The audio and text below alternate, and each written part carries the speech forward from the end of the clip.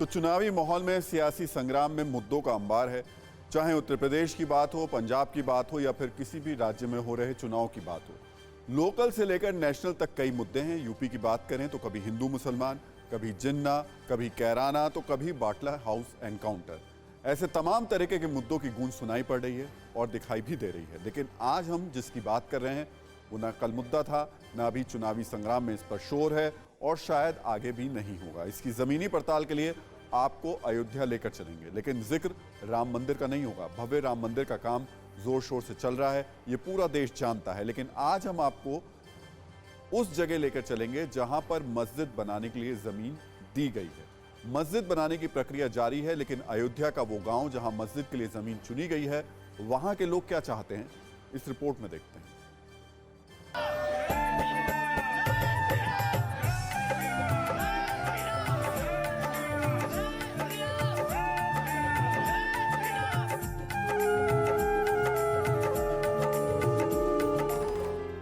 दिव्य, भव्य, अद्भुत, अद्वितीय।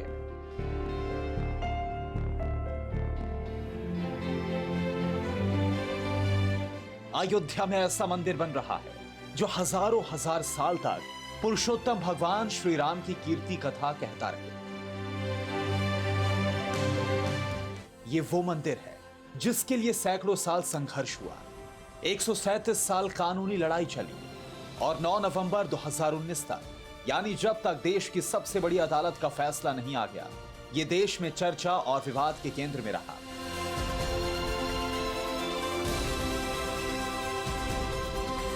लेकिन सवाल है कि सुप्रीम कोर्ट ने इस विवाद का निपटारा करते हुए सुन्नी वक्फ बोर्ड को जो 5 एकड़ जमीन दिलवाई, उसका क्या हुआ?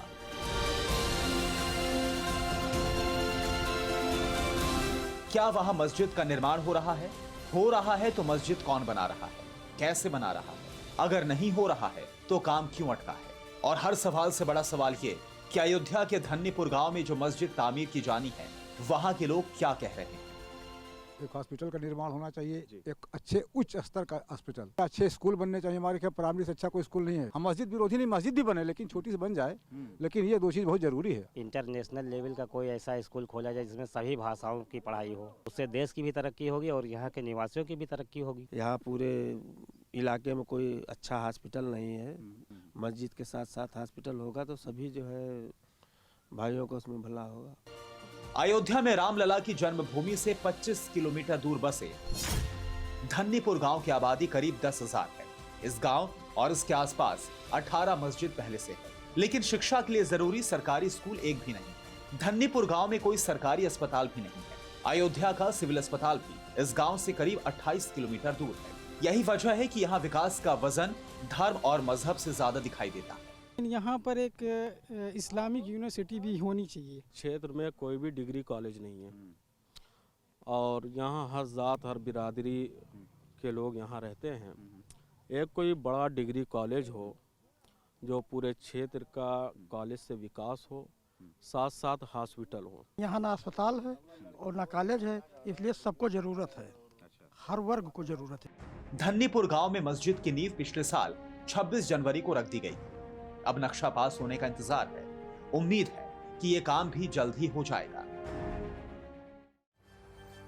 अयोध्या के धन्नीपुर गांव में बनाई जा रही ये बेहद खास मस्जिद होगी। दावा किया जा रहा है कि जब ये तैयार होगी तो इसमें एक तरफ खुदा की इबादत होगी तो दूसरी तरफ समाज की सेवा होगी और साथ ही ये राष्ट्रवाद की खुशबू भी बिखेरेगी। इस मस्जिद का नाम आज़ादी की लड़ाई के अमर सिपाही शहीद अहमदुल्ला शाह फैजाबादी के नाम पर रखा जाएगा।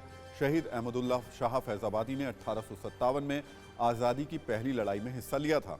उन्होंने बिठूर के नाना साहिब के साथ मिलकर अंग्रेज़ों से लोहा लिया था। अब हम आपको ये भी बताते हैं कि इसे बना कौन रहा है और इसका आर्किटेक्चर कैसे होगा। धन्नीपुर गांव में मस्जिद बनाने का जिम्मा Indo Islamic culture foundation trust संभाल रहा है।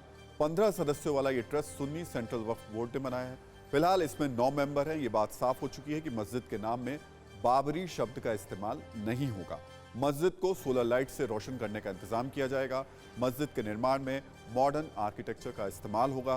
पारंपरिक गुंबद नहीं होगा यहाँ पर। जब ये तैयार हो जाएगी तो इसमें एक साथ करीब 2000 लोग नमाज पढ़ सकेंगे। मस्जिद के लिए अलॉट जमीन पर 200 बेड का सुपर स्पेशलिटी हॉस्पिटल भी बनेगा। इसके अलावा मस्जिद के एक हिस्से में कल्चरल रिसर्च सेंटर बनाने का भी प्लान है। मस्जिद के लिए दी गई जमीन पर लाइब्रेरी और कम्युनिटी किचन भी बनाया जाएगा। धन्नीपुर गांव में बन रही इस मस्जिद के लिए हिंदू और मुसलमान दोनों ही समुदाय के लोग चंदा दे रहे हैं। पैसे की दिक्कत ना हो इसके लिए विदेशी चंदे का रास्ता भी साफ कर दिया गया है। सरकार ने ट्रस्ट को ATG का सर्टिफिकेट जारी किया है। इसका फायदा ये होगा कि विदेश से चंदा देने वालों को आयकर में छूट मिलेगी। कोरोना धर्म नहीं देखता, जात नहीं देखता, अमीर गरीब ऊंच नीच नहीं देखता। कोरोना सिर्फ मौका देखता है, लेकिन आप उसे मौका मत दीजिए। बस इतना कीजिए, जब कभी दफ्तर से बाजार से घर लौटिए तो इतना ख्याल जरूर रखिए कहीं आपके साथ कोरोना आपके घर तो नहीं जा रहा। भूलिए मत, कोरोना अभी जिंदा है।